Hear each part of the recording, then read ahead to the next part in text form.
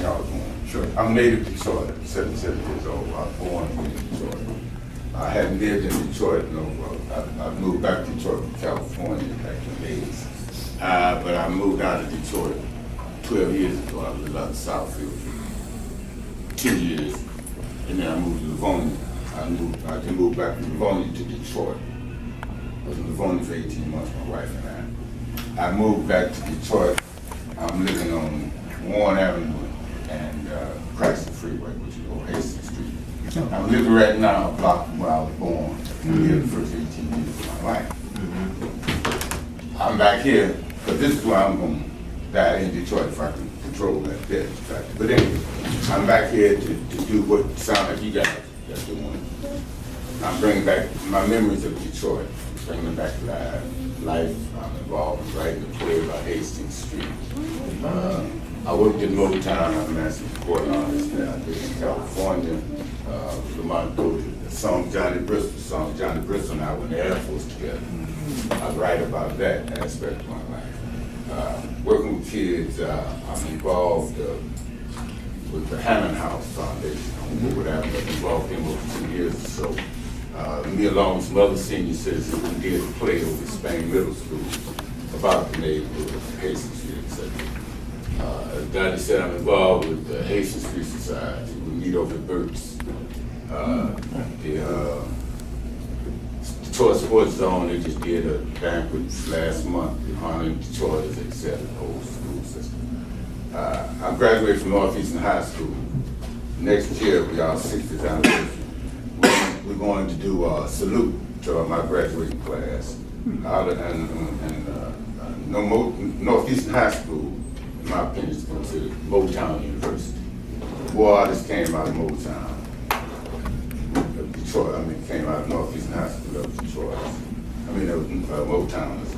So next year for our 60th anniversary, I'm going to salute Ron Milton. Ron was a local playwright. We went to school together, I grew up with Ron.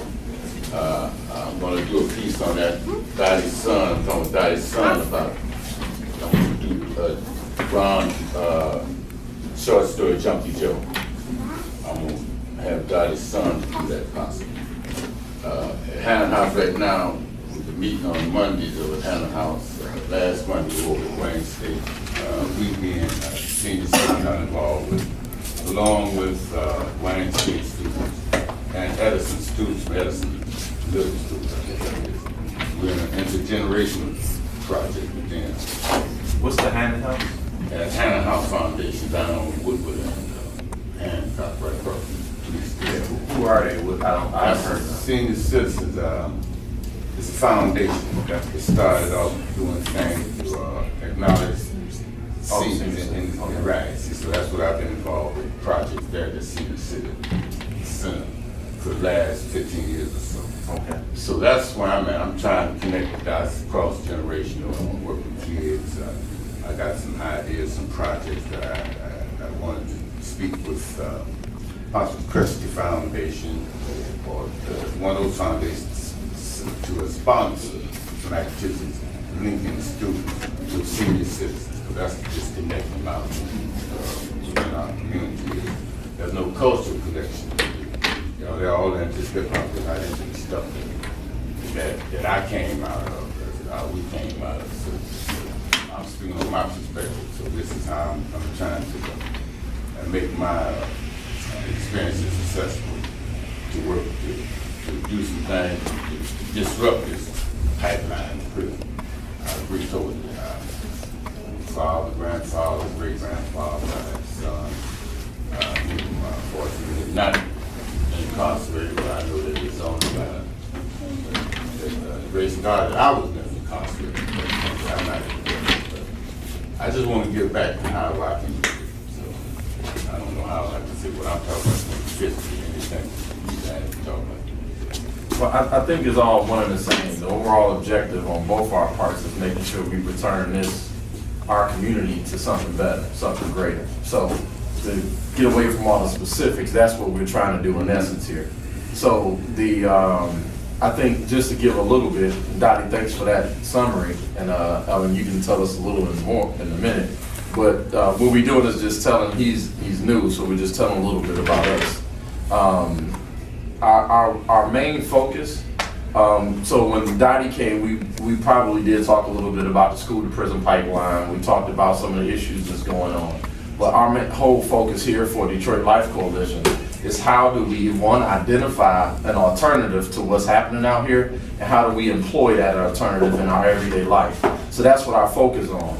So our focus is mainly on what we call the sustainable community schools. Mm-hmm. So we're trying to, one, identify schools that we can turn into sustainable schools. And from there, how do we create, like, I'm saying this for lack of a better term, villages of the same thing so they can support each other. Yeah. So in essence, and you might say, what is the sustainable schools? Well, we got 7 areas that will highlight and identify that. And I'll go over it now, which is on your flyer. Mm-hmm. One of the things that we deal with to educate our members about the sustainable schools and what we focus on is the 5th option. The whole idea of the 5th option, it was 4 options, and we can tag team. It was 4 options that the government used to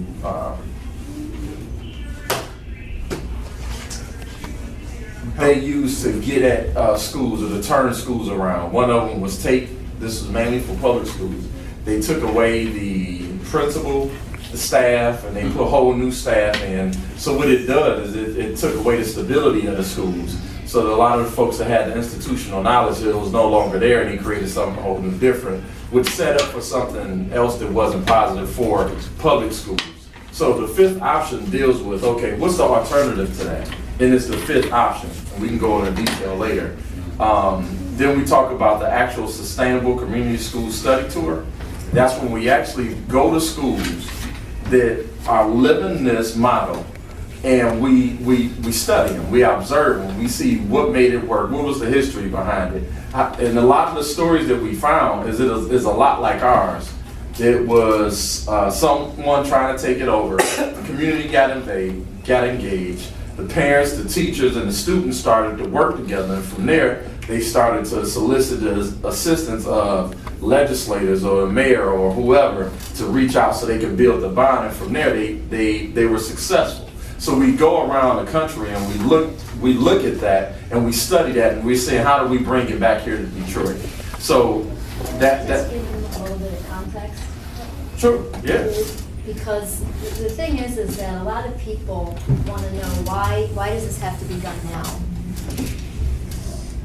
But tell me your name again. George Ramsey. George, okay, I'm Ellen. So it's good to meet you, George. So you know how you talked about the wonderful memories you had at Northeastern and Motown University? There was a time, not just in Detroit, but in this country, where public schools did great things for their children. It's not to say that every school is perfect, right? I'm sure, you like me and everyone around this table, you complained about your school and your teachers, what have you.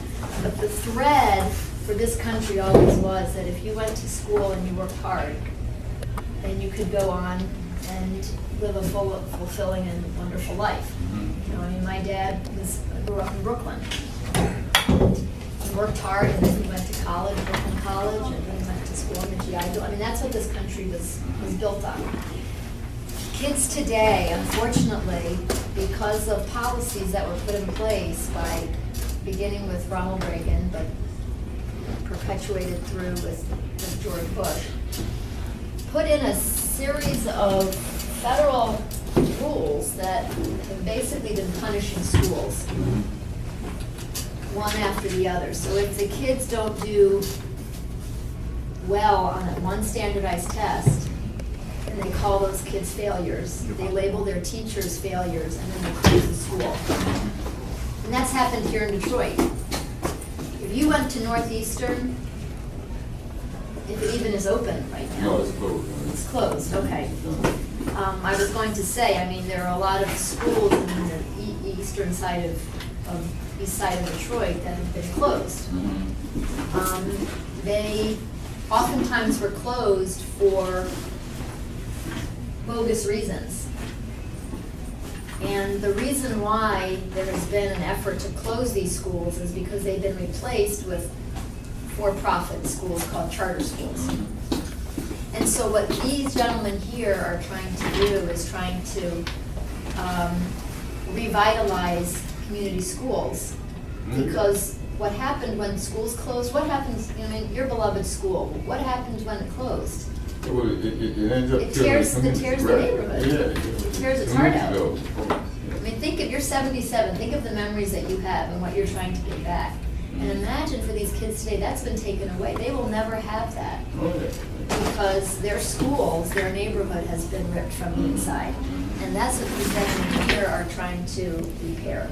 So that's just to give you the context of why it's important Oh, yeah, to because talk I mean, well, about this. that's a belief, a commitment that I have because I write, I'm writing about my writing. And I write about the connection between elementary school, junior high, intermediate school, high school, and the growth that came out of my generation. Musically speaking, I speak about how, like I said, I came out of the neighborhood very went to Northeast, and I knew very as a kid growing up, I knew as a family. But we came out of a cultural community that fed everything. There's a disconnect culturally with the youth and reality. That was not true in my generation. Like you see, we're products of the Second World War. I grew up, I joined the military. I didn't join the military thinking that I was black. I joined the military because I felt that I was an American. And we fought for that, we knew that distinction, that connection. Right now, that's a disconnect again, in my opinion, and that's not healthy in our community. So yeah, I understand that this is what you're trying to do, reconnect the community. I agree totally, and it makes sense to me. So this is my belief. If you disconnect the community, you kill it. Absolutely, and this is what has happened. So you're not trying to reconnect the dots. So I agree with you. Whatever schools are here, this is where the effort has got to go back, and this is what we were going to do at Berks, through the History Society. We started out, we wanted to work with Spain Middle School, like I said, because this is the neighborhood I grew up in. I was a mailman, I delivered mail in these communities. I think the House of Beauty, the Black Beauty Salon, I think it used to be on this corner. So there's a lot of history here within these. This is why I'm here. Like I said, I have a scooter. I gave up my car, gave my wife my car, so I'm not driving no more. I came here to do this kind of work that you guys are talking about doing. Trying to connect the dots. I got ideas that all of these schools, like I said, I retired in '94, and this is what I'm doing. I'm devoting my life to trying to reconnect the dots. So I think that really answers your question about how do we work together. You know, this is it. And I think that's the wisdom that Dottie had. This is what will bring us together. So I think we're on a one. One of the main focuses that we as a coalition works on is that which is I'm going to say revitalizing, but that which is inspirational. So for us focusing on the solution is what inspires the community, inspires those that work with us. So that's why our main focus is the sustainable schools, right? So you won't hear us talking much about the the school to prison pipeline, because in essence, us focusing on that doesn't give power, doesn't give vision, doesn't give any credibility to what we're trying to do. What we're trying to do hasn't really been doing on a large scale, so that's what we're here for. So with that being said, there's some other focus areas we have, which is the legislative visits. We got the listening projects, and we'll be talking more about that momentarily. We got presentations, PTSAs, parent-teachers, student associations, and we have membership development. That's what we focus on here. So when you come to a Saturday meeting with us, we'll be dealing in one of those areas. So with that said, did I leave anything out? Want to add? Well, I'll just add a different note. If you can write this date down, you need a pen. November 14th. We're having a major event, November 14th. The address, pull it up now. 1550 Howard Street. Howard Street. Whoa. Wait a minute. Before we got here, we made a collective decision to have it at her house. Oh, I'm sorry. That's right. We didn't have your address. You're right. Yeah, you're right. Okay, we're gonna have it. 50. Right across the street. I can make it. 1550 Howard Street. It's the name of it is the Operating Engineers Local 324. That's not how, that's off of Brooklyn, that's off of Trumbull. Yes. Yeah, I carried me a little bit, man. So Okay. you know right away. Yeah. Yeah. The importance of that day is we're having what we call a listening What project. day is that on? Saturday. Okay. I'm sorry, 11 to 2. Mhm.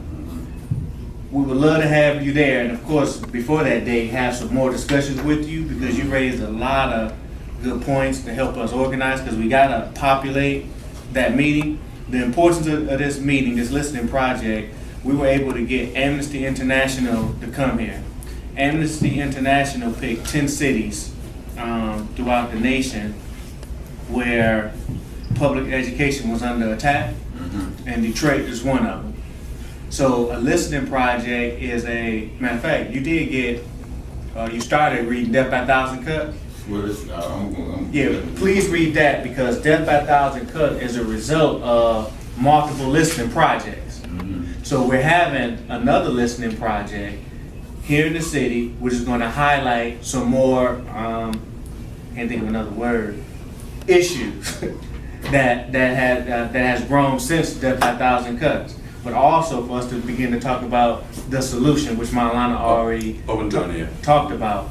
So if you got that date down, that's critical. And then in the interim, we're gonna be talking about how you can assist to help get people there, promote it and market it, because we wanna make sure we get a good turnout. That's one. Number two, Before you go there, he mentioned about Death by a Thousand Cuts and the listening project. The Death by a Thousand Cuts focus on how the community.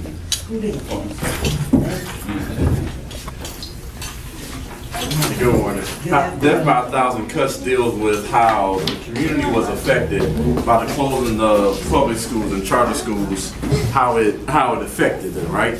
Well, this time the listening project will deal with how education is a human right and how that's being violated. And so we will want the response from the community to hear their story on what's happening. What happened when the community lost that school? What happened to the community? So we want to hear everybody who's been involved, which is everybody. If you live in a Detroit neighborhood, somehow, one way or the other, your community was affected, and we want to hear the stories. I mean, let's think about, this to me is fascinating. You called your school Motown University. Now think about it for a moment, okay? I mean, the fact that, This is a new thing. yeah. But I'm just saying, I mean, and the fact that that school is closed, I mean, that's a crime. Absolutely. Absolutely. I mean, you have more people that have contributed to a significant musical moment in our country's history, and that school is closed. So you guys torn call down, it it's torn down, it's not just closed, it's torn Northeastern High School. He's talking about the school he graduated from. Okay. Yeah. You went there too? No, I just wanted a little background. What school did you go to? Yeah. Okay? Yeah. So I mean, when you find take that away from a community, that look like the same. I mean, you take away the heart of the community. I mean, people have pride in the communities that they built. I mean, Yeah. you know, I mean, I don't know how old you are, but you're still, I mean, you speak about it with pride. Think about the people that went to Northeastern and to go and drive by that school and see that it's been destroyed. A school that Motown University was its name. And this has been happening time and time again in Detroit. I mean, this is not the only school that's been destroyed and looted. My generation, I don't think you have It's happening. six over and cast, over. one of them cast Persian, you know. Then you come up from the Hastings Street area when they broke up the whole community and built a freeway over it. Oh, yeah, all that was done, it stemmed from, once you like to close the schools, then you stop the growth in the community. Absolutely. You know, because this is, elementary school is where the kids go to. You take the youth out of that market, then you get another grade, then you got so it was by design, no question about it. But and it's debate the fact that it was by design, So now how do we deal with this? That's the issue. How do we deal with it from this point forward? And that's why we're here. That's exactly why we're here. So just to catch you guys up, then I'm gonna hand it to my brother. What we're doing is just giving a quick intro. And you guys came in perfect, so you can explain more about who we are, especially Aaliyah. Ellen already did, Dottie did, so we want to hear from you guys just about what Detroit Life Coalition is about. I got 2 cents. People will change with it. Now, no. We actually made the very first announcement. We were forced by Mother Moore. I don't know if y'all met her. She's short, slim. Y'all remember her? You got good jokes. But Mother Moore she forced us to make an announcement. I don't know, you know Helen Moore? I know of, I don't know personally, we're not speaking, but I've known over the years. You're gonna get to know her, and you would know her when you hear her. Yeah, I'm well familiar with her, Yeah, but she forced us to make an announcement, and that's what we just did. She looked like, what announcement she forced y'all to make? So they weren't here for the announcement. Well, the announcement is, it's official. We talked to you briefly about the listening project. We got the confirmed date, which is November 14th. And it's going to be at, well, you got the address there, at the operating engineers, local 324 on 1550 Howard Street. Trumbull. Basically, you got it. Okay. You got the date now. Sorry, I didn't know she was behind me. But this is important. We can get a preview because this is a new member here. And Aaliyah is one of the organizing parents from Oakman Orthopedic School, and that was one of the schools that basically decimated, just messed it all up. So we. Was that public school? I'm gonna put a thumbnail in that, and please, Aaliyah, just brief Can you story. educate us, because we know not Thai, what Thai's been through. She actually invented the school. Yeah. It was a pre-K through 5 school that basically merged general ed students along with students that had special needs. You know, to give them that same self-esteem, build them up, let them know once they get out into the world that they can, you know, do pretty much anything everybody else can do. And Roy Roberts controls that closure. He was one of the emergency managers after Robert. Right, so you remember when the state came in and said that DPS needed to be taken over? Just so you know, by way of background, that was done for money. There was no academic reason to do that. Okay, it was done to return a higher profit to people that want to extract every last red cent from the city. Okay? And What year did schools operate? How many years? It was built in 27 and it closed in 2013. 6 years. You said from 27? From 1927 to 1927. 1927 What was the name of the school? What was it? Oakman Orthopedic. It was on Wadsworth. That's between like Myers and Oh, okay. Plymouth. Okay, yeah. Yeah. But what was the community? I mean, what kind of numbers was in the community? What kind of attendance did you have? The building, it was a small building, but it was to capacity. So we was like that 300 kids. And they said that the building was messed up as far as needed a lot of repairs and enrollment was low.